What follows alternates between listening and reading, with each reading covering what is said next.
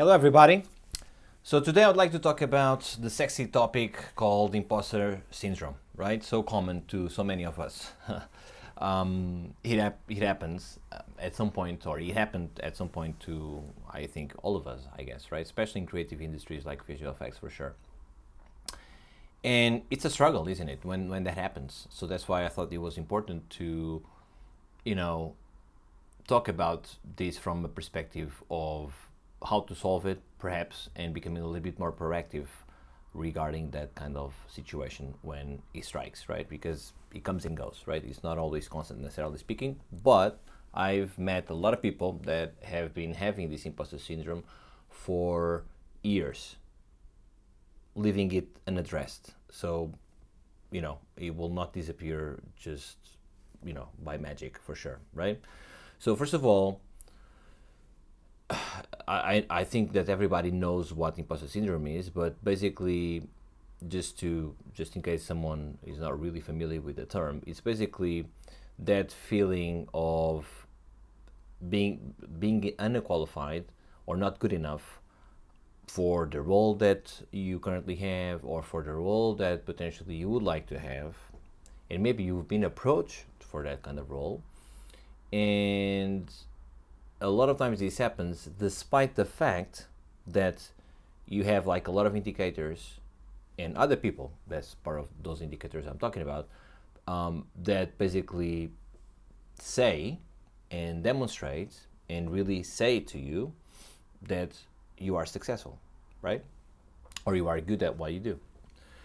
So when you doubt about these things within yourself, when you face this situation, this mental block, even when you have promotions or positive feedback or whatever, this means that you have like this imposter syndrome, right? And this is especially relevant when you start comparing yourself to other people that you feel that they are aware ahead of you, or they are better than you about this or about that, right?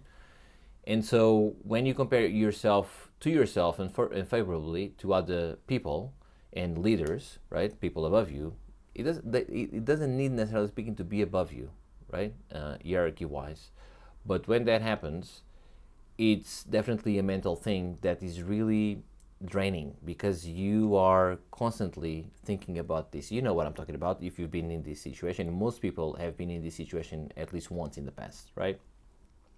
And I think the important thing to talk about first regarding this specific thing is it's definitely a mental thing, but it's not an imaginary thing. Okay, it's not by chance that this happens. And I've seen a lot of people that come to us for help, they have this to solve as well, right? So I've seen like a lot of different people from a lot of different countries, from a lot of different contexts, from a lot of different levels of experience, which it's something that is actually really related, and it's probably not in the way that you think. We will talk about that in a second. But definitely what happens always is this doesn't happen by chance. And what I mean by this is, if you feel imposter syndrome, it's due to something that is tangible. It's basically the accumulation of seeds of doubt that come from the lack of knowledge regarding certain things, that you feel that are at the bottom of your worries. You think that they're not important, although you know they are important. But your mind is basically playing tricks on you to sweep it under the rug, to say, okay, this is not important, let's not worry about this right now. So you leave it unaddressed, and then another thing comes, another seed is planted. Year after year, seeds after seeds. And then the more you grow in your career, meaning responsibilities, expectations as well, the more you grow, the more those seeds will grow with you as well. Okay? And unlike what most people think, this is, because of this reason, this is very common in experienced people. Exactly because of this reason. Because the more they are experienced, the more experienced meaning like higher roles, this means that all of those things that they were not addressed, they are now at the top as well, because now, the things that were at the bottom, now it gets flipped. They are at the top. Okay? So as you climb up, so does these seeds of doubt as well. And this, although in the beginning might not be like unbearable, but it can be progressively unbearable. It's all good, basically that's what I'm saying. It's all good until it becomes unbearable, okay? Until this starts to change, and we all know that this will be about to be the case if left it unaddressed, right? And the most common thing, although we all know about this, the most common thing that your mind will do is to sweep it under the rug once again, and you leave it unaddressed once again, because you're able to quiet it down. Another event comes up, this will come up at the top until this becomes sort of like unbearable. And I've seen like a lot of people with this, like for years. Imagine like 2, 3, 4, 5, even more sometimes years of this. It's just like it's unbearable, and I've seen so many times, right? So this naturally leads to a decreased satisfaction, confidence, especially in higher achieving professionals or people that really want to get to a better place, professionally speaking. And undermines, for those of you that are not in leadership roles yet but want to be, when you leave this unaddressed, this will undermine your ability to take on those roles, because you don't challenge yourself, because you think that you're not good enough.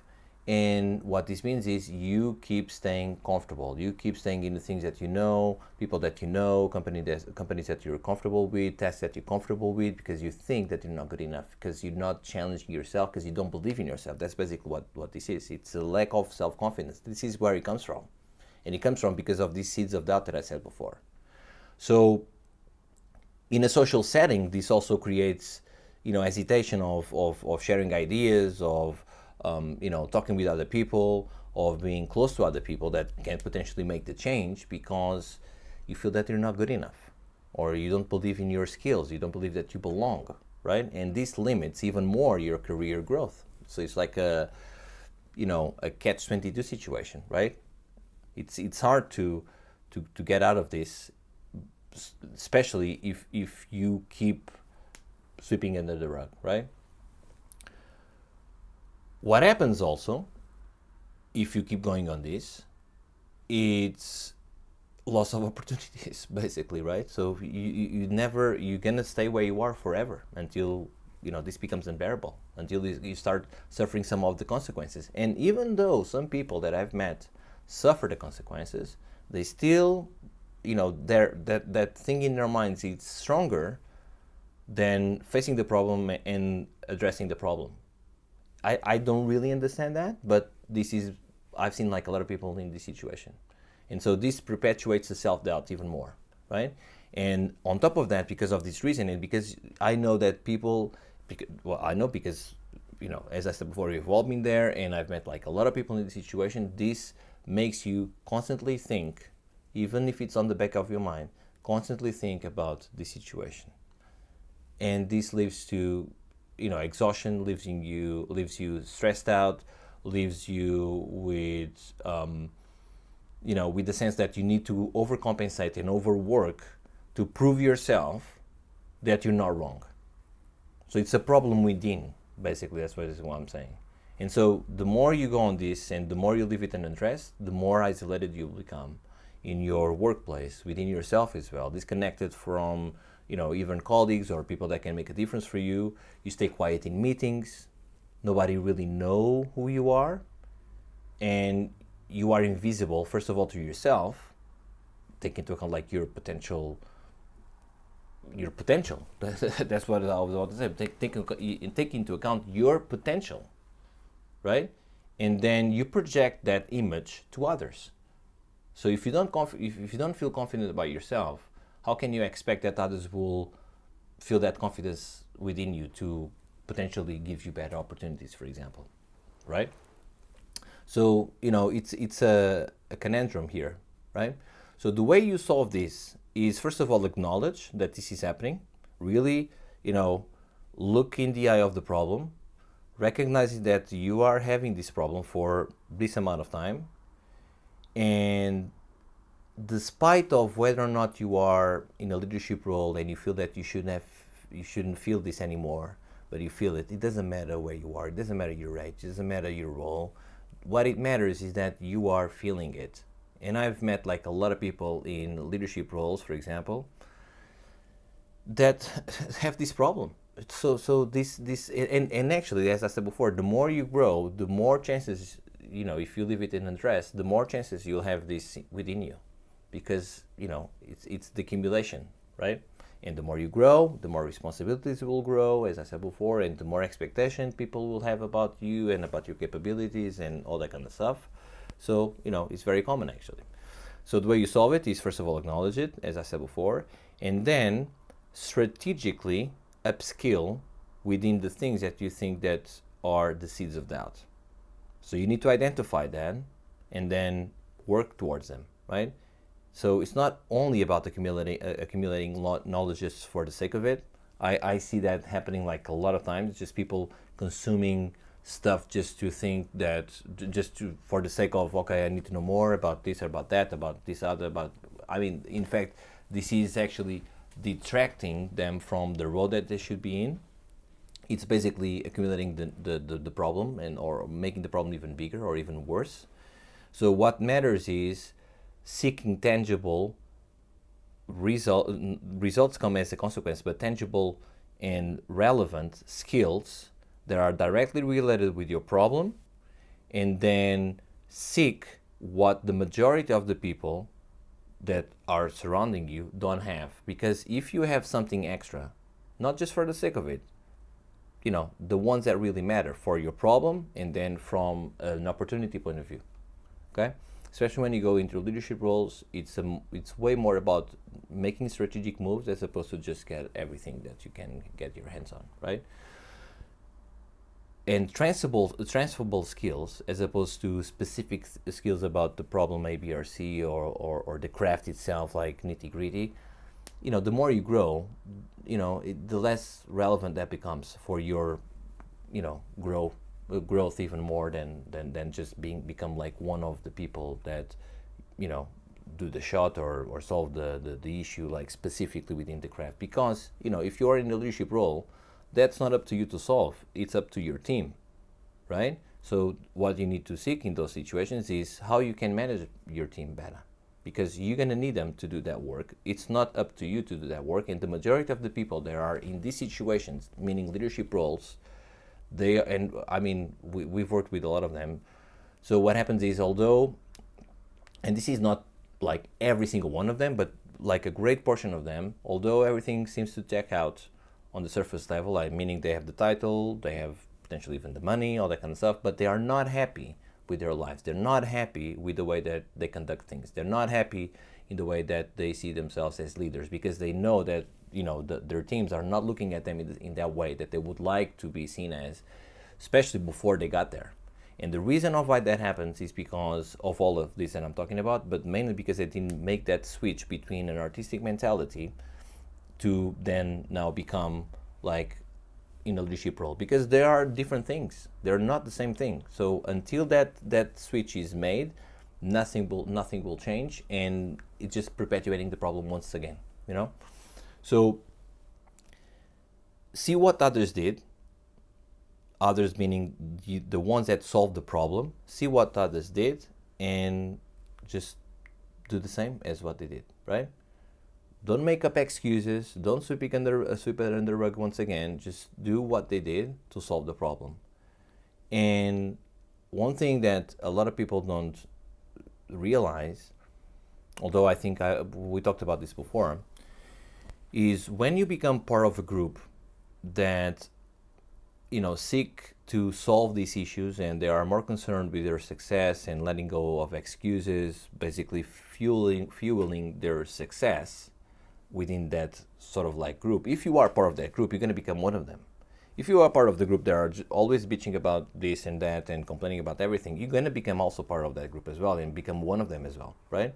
So you want to become part of the right group, not the wrong group, because again, there's this saying that you become the average of the 5 people that you spend the most time with. So this goes for good and bad. So choose the group of people that you will spend more time with, and you will become one of them. for the good and for the bad. It's your choice, I guess, at the end of the day, right? So, I mean, there's a positive spin regarding like this imposter syndrome, because the imposter syndrome, if you think about it, is basically, it can be reframed, and I think in fact it's exactly what it is. But if you're struggling with this, it can be reframed as sort of like a sign of ambition, a sign that reflects your desire to become get to a better place, to excel, to grow, to be that person that you want to be that profession that you want to be, right? So you can reframe that and then take the necessary steps in order for you to get there, to solve those, seeds of doubt that you have, that it's the accumulation of those that basically transforms into this imposter syndrome, right? All you have to do after you acknowledge it is to take the necessary steps to solve it. It's as simple as that. It sounds simple. I know that the reality is a little bit more complicated, but if others were able to solve it, that means that you can also solve it. All you have to do is look at what they did and, seek the same support or copy exactly what they did, right? So this affects like a lot of people I've met, as I said before, a lot of people with this situation. I think all of us at some point were in this situation. And sometimes, this imposter comes up and, gets controlled sometimes as well, but comes and goes, right? But I've worked with a lot of people with this situation, and they were able to solve it, right?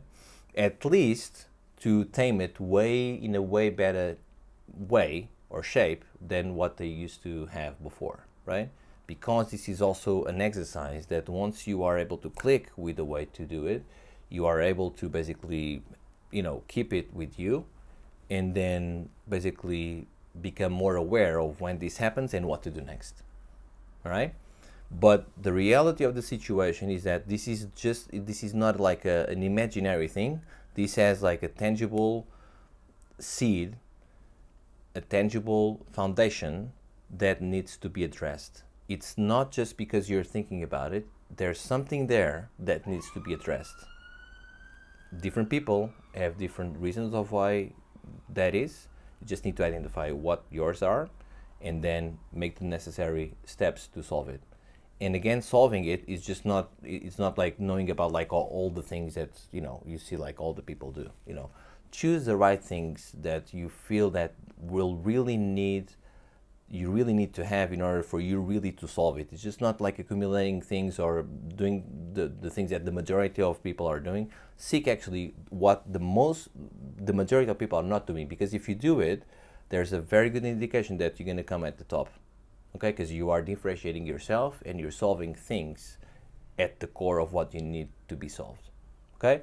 So I hope you liked it, guys. If you need help, just read the description below and make the necessary steps if you'd like to.